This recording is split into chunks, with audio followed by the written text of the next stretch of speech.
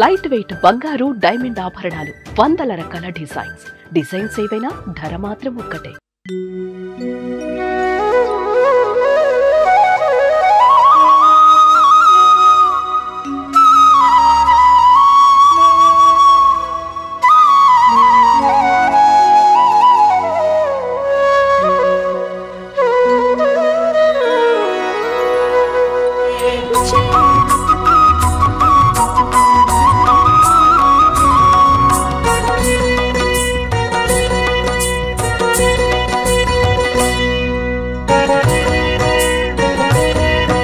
Hi hello welcome to Suman TV. నేను మీ రోషన్. ప్రస్తుతం మనం తిరుపతిలో ఉన్న ఒకలామాత టెంపుల్ దగ్గర ఉన్నాం అనమాట. అంటే ఒకలామాత టెంపుల్ అండ్ చాలా మంది రకరకాలుగా ఏదో విజువల్స్ తీశారు, కానీ ఎప్పుడు కూడా పర్టికులర్ గా అసలు ఆ కొండ ప్రాంతం ఎలా స్టార్ట్ అయింది అండ్ బిఫోర్ ఎలా ఉండేది, శ్రీకృష్ణదేవరాయల టైంలో ఎలా ఉండేది అండ్ ఇప్పుడు ఎలా అయిపోయింది, అండ్ ఒకలామాత టెంపుల్ యొక్క ప్రత్యేకతలు ఏంటి అనేది లోకల్ తిరుపతిలో పుట్టి పెరిగిన వాళ్ళకి మాత్రమే తెలుస్తుంది ఆ హిస్టరీ.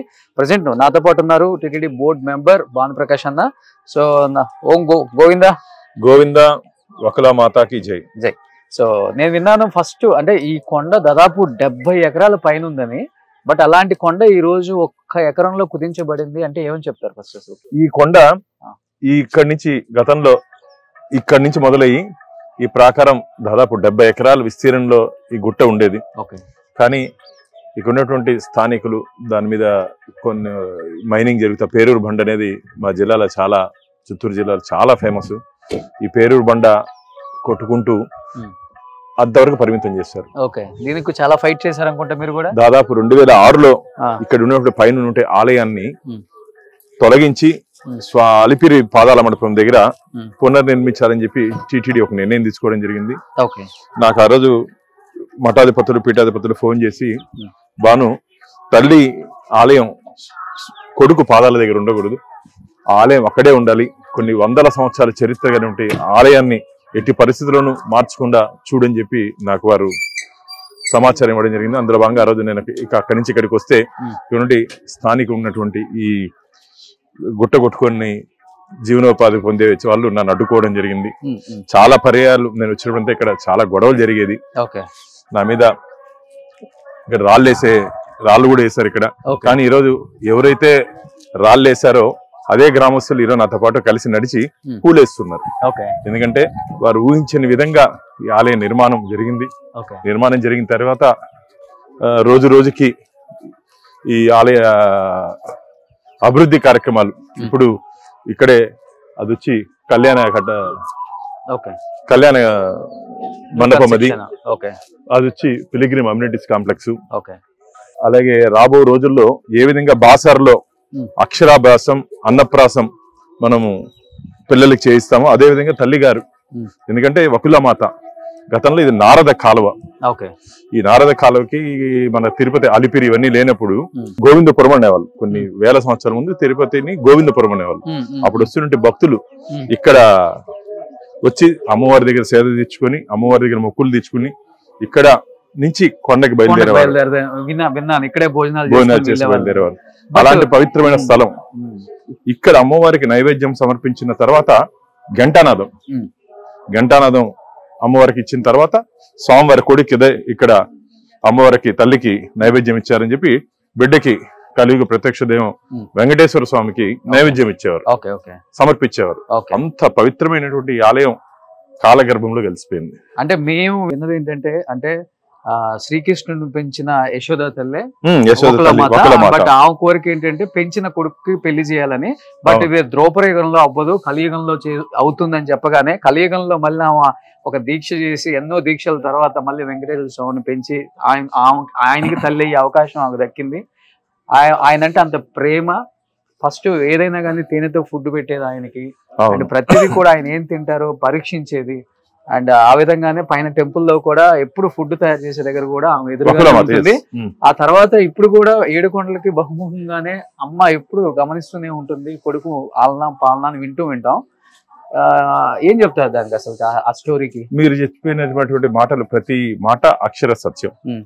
యశోదాదేవిగా ఆ రోజు తన కోరికని నెరవేర్చుకోలేకపోయినటువంటి యశోదాదేవి ఒకలామాతగా వెంకటేశ్వర స్వామికి సేద తీర్చి ఆలించి పాలించి మైమరిపోయేది తల్లి. అలాంటి వకులామాత ఇప్పుడు కూడా కొండ మీద మీరు గమనించినట్టయితే మనం దర్శనం చేసుకుని బయట వచ్చిన తర్వాత పోటు అంటారు. అవును, పోటు అంటే స్వామివారికి చేస్తున్నటువంటి ప్రసాదాలు. అమ్మవారికి చిన్న రంధ్రం ఉంటుంది అవును పోటుకి. అమ్మవారు అక్కడి నుంచి గమనిస్తుంటారు మొత్తం. అంటే కొడుకు చేసేటి ప్రతి వంట వారు గమనిస్తుంటారు. అంత విశేషమైనటువంటి ప్రదేశం అది. అంటే తల్లి హృదయం. అంటే కొడుకు ఎలా వడ్డిస్తున్నారు, కొడుకు ఏ పదార్థాలు చేస్తున్నారు, సాంప్రదాయ పద్ధతిలో కట్లతో అక్కడ స్వామివారికి నైవేద్యం చేస్తారు. ఆ నైవేద్యమే ఆలయం లోపల మూల విరాట్కి మనం స్వామివారికి ఇస్తాం. సో ఇప్పుడు చెప్తుంటారు వకులామాత టెంపుల్ అంటే ఈ కొండలో నుంచి 7 కొండలకు కూడా కనెక్షన్ ఉంది, వెళ్ళటానికి మార్గం ఉంది అని చెప్తుంటారు. నిజమండి? ఇక్కడ నుండి స్థానిక పెద్దలు, ఇక్కడ నుండి చాలా మంది పెద్దలు చెప్పేవారు నాకు. అనేది ఎక్కడెక్కడ ఉందో కాలగర్భంలోని భూమి లోపల కలిసిపోయాయని చెప్తున్నారు. చాలా విశేషమైన ప్రదేశం ఇది. నేను దాదాపు 2006లో ఇక్కడ ఆలయాన్ని పునర్నిర్మించాను. ఎంత దురదృష్టం అంటే అమ్మవారి ఆలయం ఉంది కానీ లోపల అమ్మవారి విగ్రహం లేదు. కొందరు హైదరాలీ దండయాత్ర సమయంలో ఇక్కడ వచ్చి ఆ విగ్రహాన్ని తొలగించారని చెప్పి తల నరికేశారు అని చరిత్ర చెప్తా ఉంది. మేము ఎంతో ప్రయత్నం చేసినా అమ్మవారి తల ఉందంటున్నారు. ఇప్పుడు కాలగర్భం కలిసిపోయింది. అంటే అప్పుడు పెద్దలు వేసి ఇక్కడ ఈ గ్రామంలో ఉంటే పెద్దలు చెప్పేవాళ్ళు అంత దుర్మార్గులు వాళ్ళు. అప్పుడు మన దేవాలయాల్ని, మన సంస్కృతిని, మన సాంప్రదాయాన్ని విధ్వంసం చేస్తూ మన ఆలయ చిహ్నాలే కనపడకుండా చేయాలని చెప్పి చేసిన ప్రయత్నంలో భాగంగా వారు ఈ దండయాత్ర ఇక్కడి వరకు వచ్చి తిరుమలకి వెళ్ళలేదు అని చెప్తుంది చరిత్ర. అంటే ఇంతవరకు వచ్చి ఇక్కడ ఉన్నటువంటి అమ్మవారి విగ్రహాన్ని అన్ని నరికేయడం జరిగింది. ఈ రోజుగా మీరు కానీ గమనించినట్టయితే నిత్య ధూప దీప నైవేద్యాలతో దేదీప్తిమానంగా తల్లి పూజలు జరుగుతున్నాయి ఇక్కడ. కానీ 2006 నుంచి దాదాపు 14 సంవత్సరాలు ఈ ఆలయ నిర్మాణం కోసం పోరాటం చేశాను. పెద్దలు కిషన్ రెడ్డి గారు, అలాగే మాణిక్యాలరావు గారు, మా ఎండోమెంట్ మినిస్టర్, కేంద్రంలో ఉంటే పెద్దలు, ఒక మంత్రులు ఎవరు వచ్చినా సరే నేను ఈ ఆలయం దగ్గర తీసుకుని వచ్చేవాడిని. ఎందుకు అంటే ప్రపంచంలోనే ప్రసిద్ధిగాంచిన ఆలయం అంటే తిరుమల తిరుపతి దేవస్థానం. ఎక్కడి నుంచో వస్తారు, ఫారినర్స్ కావచ్చు, వివిధ రాష్ట్రాల నుంచి కూడా. అలాంటి గొప్ప పుణ్యక్షేత్రమైన వెంకటేశ్వర స్వామి శ్రీనివాసుడు తల్లికి వకులామాతని ఎందుకు పెద్దగా పట్టించుకోవట్లేదు అంటే ఎక్కడ తప్పిదం అంటారు ఇది? అంటే అప్పుడు ఇక్కడ నుండి స్థానిక ఇక్కడ నుండి మీరు అన్నట్లు అప్పటి నుంచి ఇప్పటికే అన్యాయం జరుగుతూనే ఉంది చెప్పాలంటే. జరుగుతాం అంటే వాళ్ళు ఏదో హైదరాలీ మన ఆలయాల పట్ల అన్యాయం చేస్తా అంటే వాళ్ళకి మన దేవుడి మీద భక్తి విశ్వాసం లేదు. కానీ ఈ కలికాలంలో కూడా, కలియుగంలో కూడా ఇలా వివరించాలంటే వారికి అవగాహన లేదని నేను అనుకుంటున్నాను. ఇది మీరు కానీ శాసనం చూడండి, చోళులు కాలంలో పేరూరు శాసనం. ఈ శాసనం పేరులోని వకులామాత ఆలయ గోపురం ముందున్న రాతిపై చెక్కబడింది. ఈ శాసనం తమిళ భాషలో, తమిళ లిపిలో ఉంది. కులోక్త చోళ తన 20వ పరిపాలన సంవత్సరంలో ఈ శాసనమును జారీ చేశాడు. పులియార్ కట్టడం చెందిన వ్యక్తి జాయకొండ చోళ మండపం తిరువెంగడ కొట్టం. అదే నేను చెప్పాను కదా, మన తమిళ ఇన్స్క్రిప్షన్స్ లో మన బౌండరీస్ ని తిరువెంగడం అనేవారు. తిరువెంగడ కొట్టడం కోడాపూర్ వారు ప్రతిష్ఠించినట్టు చెప్తా ఉంది ఇక్కడ శాసనం. ఇది ఆధారాలు. మేము అప్పుడు ధర్మకర్తల మండలి సభ్యుడిగా నేను ఈ ఆలయ నిర్మాణం కోసం ఒక ప్రతిజ్ఞ తీసుకోవడం జరిగింది. ఖచ్చితంగా అమ్మవారి ఆలయ నిర్మాణం అయితే స్వామివారికి ఇక్కడ తలనీలా సమర్పించి స్వామివారి దర్శనం చేసుకుంటారండి. నేను 2015లో నాకు మొట్టమొదటిగా స్వామివారి సేవ చేసుకునే అవకాశం అప్పుడున్నటువంటి మా ఉమ్మడి కూటమి చంద్రబాబు నాయుడు గారు, మా పెద్దలు బీజేపీ పెద్దలు నాకు అవకాశం కల్పించారు. అందులో భాగంగా ఆ రోజు నేను రాత్రి ఇక్కడ వచ్చి పడుకున్నాను ఇదే ప్రాంతంలో. అప్పటికి ఇదంతా కట్టడం ఏం లేదు, మొత్తం అటవీ, మొత్తం ముళ్ళ పొదలు అన్ని. ఆ రోజు ఏం జరిగిందంటే నేను ఇక్కడ ఉండేటప్పుడు కింద నేను ఉదయం స్నానం చేసేదానికి ఏర్పాట్లు చేశారు, ట్యాంకర్లు అన్ని. కానీ దురదృష్టం ఇక్కడ నోటీస్ కొందరు ఆ లైట్లు, ట్యాంకర్లు అన్ని పగల కొట్టేశారు, వచ్చి రాళ్ళు వేశారు. దాదాపు 200 మంది పైకి వచ్చారు. నేను ఇక్కడ పడుకోకూడదు, నువ్వు వెళ్ళిపోవాలి. ఇక్కడ చేస్తున్నటువంటి మాఫియా మైనింగ్ చేస్తున్నట్టు కొందరు వ్యక్తులు చాలా గొడవ చేస్తారు. రాళ్ల దాడితో రాళ్ళు పడ్డాయి. నేను ఎక్కడ భయపడలే. నేను ఎట్టి పరిస్థితుల్లోనూ ఇక్కడే పడుకుంటాను. ఉదయం లేచి ఇక్కడి నుంచి వెళ్ళిన తర్వాత అమ్మవారిని దర్శనం చేసుకుంటానని చెప్పి గట్టిగా కూర్చున్నాను. ఉదయం ఇక్కడి నుంచి దిగేదానికి వీళ్ళు లేకుండా ఏమంటారు ఆయిల్ పోయేస్తారు.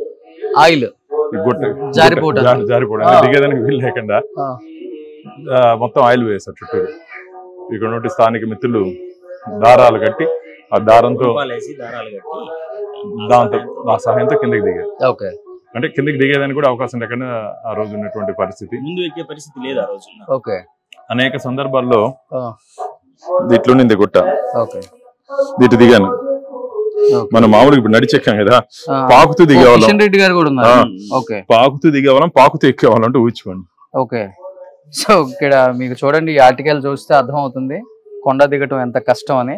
భాను ప్రకాష్ గారు, మన ఇప్పుడు సెంట్రల్ మినిస్టర్ కిషన్ రెడ్డి గారు, అంటే వీళ్ళు దిక్కుండా అంతా కొండ పైనంతా ఆయిల్ పూసేసి అంత గందరగోళం చేశారు ఆ రోజుల్లోనే. కాబట్టి ఇది డెవలప్ అవ్వాలని వీళ్ళు కంకణం కట్టుకున్నారు. కాబట్టి నిజంగా తెలుగు రాష్ట్రాల్లో కొన్ని పుణ్యక్షేత్రాలు మీలాంటి వాళ్ళ వల్ల కొంచెం ముందుకు వెళ్తున్నాయండి. ఓ తాళ్ళు కట్టుకోవాలి. ఓకే, ఇది అప్పుడు టెంపుల్ పరిస్థితి. సో ఒకప్పుడు ఒకలామాత టెంపుల్ ఇలా ఉండేది అనమాట, కేవలం కొండ మాత్రమే ఉండేది.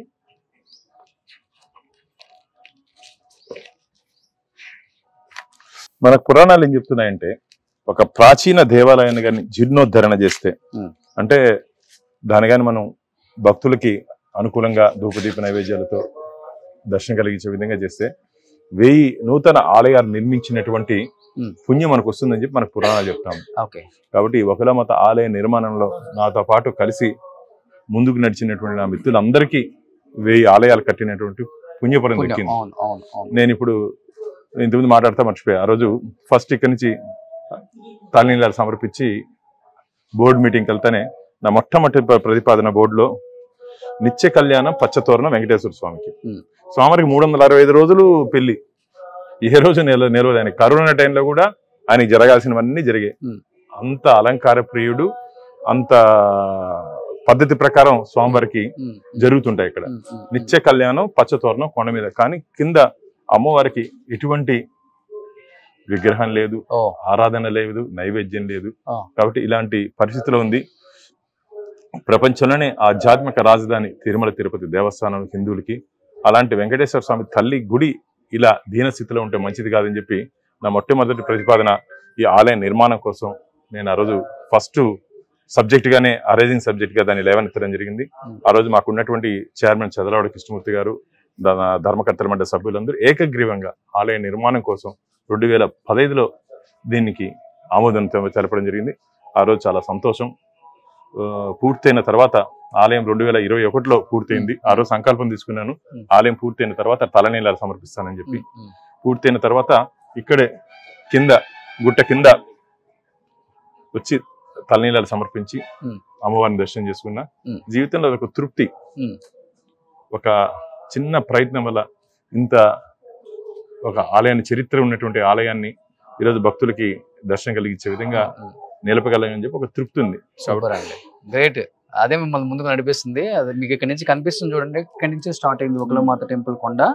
అండ్ అక్కడ నుంచి క్లియర్ గా మీకు కనపడుతుంది చూడండి, గుర్తుగా అక్కడ చెట్టు కూడా ఉంది.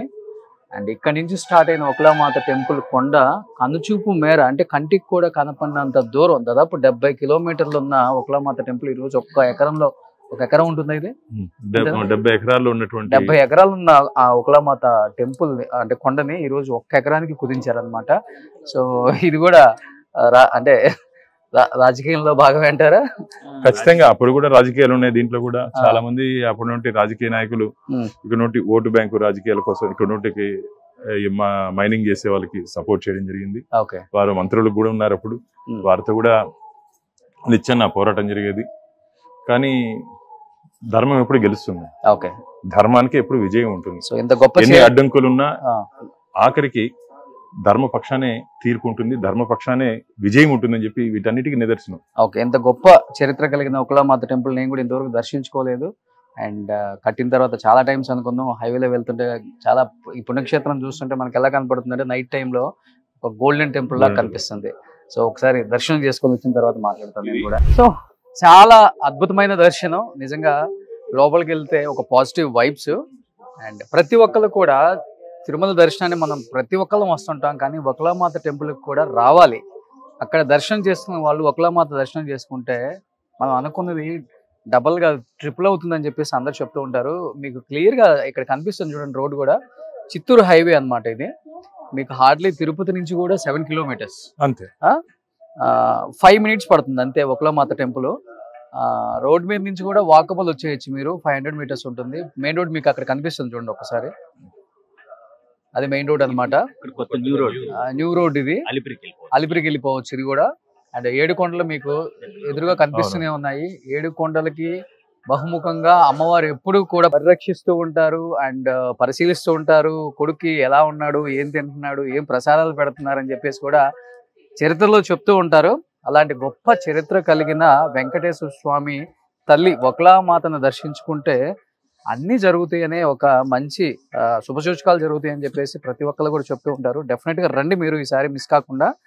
అండ్ టెంపుల్ కూడా చాలా అద్భుతంగా ఉంది. ఇలాంటి వాళ్ళు గొప్పగా ఇనిషియేట్ తీసుకొని టెంపుల్ని, ఒకప్పుడు టెంపుల్ ఎలా ఉండేది ఇప్పుడు టెంపుల్ ఎలా ఉందో చూస్తుంటే విజువల్స్ నాకే చాలా బాధ అనిపించింది. అంత గొప్ప పుణ్యక్షేత్రం, అంత గొప్ప శ్రీనివాసుడు కలియుగ ప్రత్యక్ష దైవం, అలాంటి ఆయన తల్లి టెంపుల్ ఇలా ఉంది అనే బాధ నాకే కలిగింది ఆ పాత విజువల్స్ చూసి. బట్ గ్రేట్ అన్నా, బాగున్నా, ఇలాంటి వాళ్ళు ఉండబట్టే ఇప్పటికి కొన్ని హిందూ టెంపుల్స్ ఇంత గొప్పగా పుణ్యక్షేత్రాలుగా మారిపోతున్నాయి అన్నమాట ఎక్కడ చూసినా కానీ. అండ్ దానితో పాటు ఇప్పుడు మీ డిప్యూటీ సీఎం పవన్ కళ్యాణ్ గారు కూడా హిందూ ధర్మం మీద పోరాడుతూ ఉన్నారు. ఎప్పుడన్నా ఆయన వరకు తీసుకెళ్లారా టెంపుల్స్ కొన్ని ఎలా చెయ్యాలి ఏంటి అనేది? అంటే పవన్ కళ్యాణ్ గారు ఎక్కడ నాతో కనపడినా, బాను నువ్వు చేసే ఒక అంశం నాకు భలే ఇష్టం అంటాడు. ఏదంటే ఎర్రచందనం. ఇదైనాక నెక్స్ట్ ఎపిసోడ్ అది కూడా గత 20 సంవత్సరాల ముందు నేను కిషన్ రెడ్డి గారు ఏ విధంగా కిషన్ రెడ్డి గారిని ఈ ఆలయానికి తీసుకుని వచ్చాను, అదే విధంగా కిషన్ రెడ్డి గారిని శేషాచల అడవుల్లో ఉదయం మేము బయలుదేరితే కొండ మీద గిరి దగ్గర బయలుదేరితే సాయంత్రం కళ్యాణం దగ్గర దిగాం. అప్పుడు ఉన్నటువంటి పరిస్థితుల లోపల అన్ని ఎర్రచందనము అటవీ ప్రాంతంలో ఏ విధంగా జరుగుతుంది అన్ని పరిశీలిస్తూ అప్పుడే మొదలు పెట్టాం. కాబట్టి పవన్ కళ్యాణ్ గారు నన్ను ఎక్కడ కనపడినా నువ్వు చేసే ఆ ఉద్యమం నాకు చాలా ఇష్టం బాను అని చెప్తారు. అన్న మీరు కూడా రండి ఒకసారి వెళ్దామంటే ఖచ్చితంగా నీతో పాటు కలిసి ఎర్రచందన అరికట్టడంలో నేను కూడా ఉంటానని చెప్పి పవన్ కళ్యాణ్ చెప్పారు. నాకు ఎంత సంతోషం వేస్తుంది అంటే పవన్ అన్న కనపడినప్పుడు మా మధ్య ఎక్కడ కనపడినా ఇదే సంభాషణ ఉంటది. ఆలయాలు, గోవులు, ఈ అటవీ సంరక్షణ. ఇప్పుడు ఎంత తృప్తిగా ఉందంటే అమ్మవారి దర్శనమైన తర్వాత ఆ మాల తీబుద్ధి కావట్లేదు. అమ్మవారికి అలంకరించినటువంటి ఈ పవిత్ర మాల అమ్మవారి ఆశీర్వాదంగా నాకు ఇచ్చారు. ఇలాంటి ఆలయాలు, ఇంకా ఇలాంటి ఆలయాల్ని ఇంకా పునర్నిర్మించు భాను అని చెప్పి అమ్మవారు ఆశీర్వదించింది. ఇలాంటి నేను ఇప్పుడు ఇంకా మన రాష్ట్రంలో అనేక ఆలయాలు జీర్ణోద్ధరణకి నోచుకోలేకుండా ప్రాచీన ఆలయాలు. ఈ రోజు రాజులు లేదు, చక్రవర్తులు లేదు, అదంతా రాజులు చక్రవర్తులు ఆలయ నిర్మాణం చేశారు. దానికి కొన్ని వందల వేల ఎకరాలు మాన్యాలు ఇచ్చారు. మాన్యాలంటే భూములు. ఆ భూముల్లో వస్తున్నటువంటి ఆదాయంతో ఆలయాలు నడిచేది. కానీ ఆ భూములు కూడా అన్యాక్రాంతమైపోయినాయి. ఆలయాలు ఏ విధంగా అయిపోయినాయి అంటే స్వామివారికి నైవేద్యం పెట్టేదానికి కూడా, అంటే నైవేద్యం అంటే స్వామివారికి ప్రసాదం పెట్టేదానికి కూడా, భోజనం పెట్టేదానికి కూడా డబ్బులు లేకుండా ఉన్నాయి. కాబట్టి నేను తిరుమల తిరుపతి దేవస్థానాల ధర్మకర్తల మండలి సభ్యుడిగా నేను మొన్న చెప్పడం జరిగింది. ఇక్కడ బాత్రూమ్స్ కూడా లేవంటన్నా? ఇవి ఉన్నాయి, బాత్రూమ్స్ ఉన్నాయి, అన్ని నిర్మాణాన్ని జాగ్రత్తలు తీసుకున్నాం. మేము వచ్చి 3 నెలలు అయింది కదా. గత 5 సంవత్సరాల్లో ఆ ప్రభుత్వం ఆలయ నిర్మాణాల్లో కానీ ఆలయాల పోషణలో కానీ నిర్లక్ష్యం వహించింది. నేను ధర్మకర్తల మండలి సభ్యుడిగా 3వ నెల ఇది. మా ప్రభుత్వం ఎన్డీఏ కూటమి వచ్చింది 6వ నెల. కాబట్టి రాబో రోజుల్లో ఈ ప్రాచీన దేవాలయాల గుర్తించి వాటిని జీర్ణోద్ధరణకు తిరుమల తిరుపతి దేవస్థానం నుంచి శ్రీవాణి ట్రస్ట్, శ్రీవారి ఆలయ నిర్మాణ ట్రస్ట్ నుంచి ఇప్పటికే మాకు దాంట్లో 1500 కోట్లు మూలధనం ఉంది. ప్రతి ఏడాది అదనంగా మాకు ఒక 500 కోట్లు స్కీమ్ ద్వారా వచ్చే అవకాశం ఉంది. కాబట్టి నేను ఈవోకి చెప్పాను, అది బ్యాంకులో లాకర్లోనూ ఎఫ్డీల్లోనూ ఉండేదానికి కాదు. ఇది ఆ వచ్చే డబ్బు అన్నింటినీ ఈ ఆలయాల కోసం, ఆలయాల పునర్నిర్మాణం కోసం మనం ఖర్చు పెట్టాలని చెప్పి చెప్పడం జరిగింది. వారు సానుకూలంగా స్పందించారు. రాబో రోజుల్లో ఖచ్చితంగా రాష్ట్రంలో దాదాపు 24,000 దేవాలయాలు ఇప్పటికి కూడా ధూపదీప నైవేద్యాలు లేకుండా ఇబ్బంది పడుతుంది. 24,000 టెంపుల్స్ ఐడెంటిఫై చేశారు ఉన్నాయి. వాటికి సరైన పోషణ లేకుండా ఇబ్బందికర పరిస్థితులు ఉన్నాయి. కాబట్టి వీటన్నిటిని పూర్వ వైభవం తీసుకుని వచ్చే దిశగా ఆ కలియుగ ప్రత్యక్ష దైవం వెంకటేశ్వర స్వామి ఆశీర్వాదంతో, మా అందరి తల్లి వకుల మాత ఆశీర్వాదంతో, ఈ ఆలయ జీర్ణోద్ధరణ, నిత్య ధూప దీప నైవేద్యాలతో భక్తులకి దర్శనం కలిగించే విధంగా ఎంత సంతోషంగా ఉందంటే ఉదయం నుంచి సాయంత్రం లోపల దాదాపు 4-5 వేల మంది భక్తులు ఇక్కడ దర్శనం చేసుకుంటున్నారు. ఈ ఆలయంలో నాకు చాలా 40,000 మంది చేసుకోవాలి. దానికి ఖచ్చితంగా అంటే అవకాశం ఉంది. అంటే టెంపుల్ కి వచ్చిన వాళ్ళు మాత్రమే కాదు, ఇటు సైడ్ బెంగళూరు చిత్తూరు వెళ్లే వాళ్ళు, ఇటు సైడ్ మళ్ళీ హైదరాబాదు ఒంగోలు నెల్లూరు వెళ్లే వాళ్ళు, ఇటు సైడ్ చెన్నై వెళ్లే వాళ్ళు, ప్రతి ఒక్కరికి మిడిల్ లో ఉంది టెంపుల్ ని దర్శించుకుంటేనే పుణ్యక్షేత్రం అప్పుడే డెవలప్ అవుతుంది. ఎప్పుడైతే విజిట్ చేస్తారో ఎక్కువ మంది అప్పుడే అనుకున్నవి కూడా ఇంకా ఎక్కువ జరుగుతాయి, పనులు ఎక్కువ జరుగుతాయి, టెంపుల్స్ కి చాలా బాగుంటుంది. అప్పుడు నేను ఒకటే నేటి యువతకు చెప్తున్నాను, ఈ డిజిటల్ యుగంలో కూడా అందరూ ఫోన్లు పెట్టుకొని డిజిటల్ గా చూడాల్సింది కాదు, డివోషనల్ కూడా ఉండాలి. డిజిటల్ యుగంలో డివోషనల్ ఉండాలి. ఈ యాంత్రిక యుగంలో కూడా ఈ మంత్రాలయంతో నిర్మించిన ఆలయాలకు వస్తే ఒక పాజిటివ్ వైబ్రేషన్స్. మీరు ఒక్కసారి ఆలయంలో ఇప్పుడు లోపల ఉన్నప్పుడు 10 నిమిషాల్లో ఎంత మనసుకి ఎంత ప్రశాంతత ఉండిందంటే, ఆలయ నిర్మాణంలోనే మన పురాణాల్లో నిత్యం ఉదయం నుంచి సాయంత్రం వరకు వేదంతో స్వామివారిని ఆరాధిస్తారు, అమ్మవారిని ఆరాధిస్తారు. కాబట్టి ఆ పాజిటివ్ వైబ్రేషన్స్ ఉంటుంది. కాబట్టి అవన్నీ మన ఆలయాలు టెంపుల్ కి వస్తే ఏది అనుకున్నా గానీ జరుగుతుందని ఒక నమ్మకం ఉంది. అంతే కదా, తల్లి ఆశీర్వాదం అంటే అన్ని జరుగుతుంది. రాబో రోజుల్లో మీరు ఇక్కడ అక్షరాభ్యాసం, అన్నప్రాసం, ఇంకొకరు భక్తులు ఏమంటారంటే, అన్న కొండ మీద పేదవాళ్ళకి ఈ పురోహిత సంగమం ఉంది, ఏ డబ్బు లేకుండా పోయి పెళ్లి చేసుకోవచ్చు. అటు అమ్మవారి దగ్గర మాకు నిత్య కళ్యాణ వేదిక ఒకటి నిర్మిస్తే బాగుంటుందని చెప్పి మీరు రాకముందే నాకు ఇక్కడ ఒక భక్తులు నాకు దృష్టికి తీసుకురావడం జరిగింది. దాన్ని కూడా తిరుమల తిరుపతి దేవస్థానాల అధికారులతో పాటు బోర్డులో తీసుకొని వచ్చి ఆ నిత్య కళ్యాణ వేదికను కూడా అమ్మవారి దగ్గర అన్ని అమ్మవారి ఆశీర్వాదంతో ఇక్కడ పెళ్లి చేసుకుంటే జంటలకు అన్ని అనుకూలంగా ఉండేటట్టు, వారి జీవితంలో సంతోషంతో ఉండే విధంగా అమ్మవారి ఆశీర్వాదం ఉండే విధంగా నేను తొందరలోనే ఆ ప్రతిపాదన కూడా తీసుకొని చేస్తాను.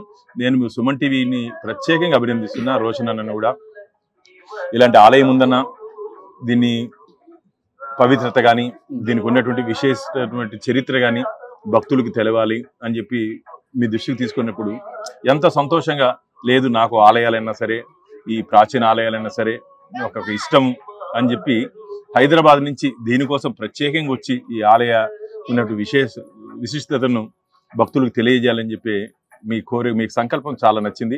మీ సంకల్పంతో పాటు ఇంకా అదనంగా మా జిల్లాలో గుడిమల్లం ఉంది. అసలు ప్రపంచంలోనే మొదటి శివాలయం కదా, మొదటి ఆలయం అంటారు. మొదటి ఆలయమే.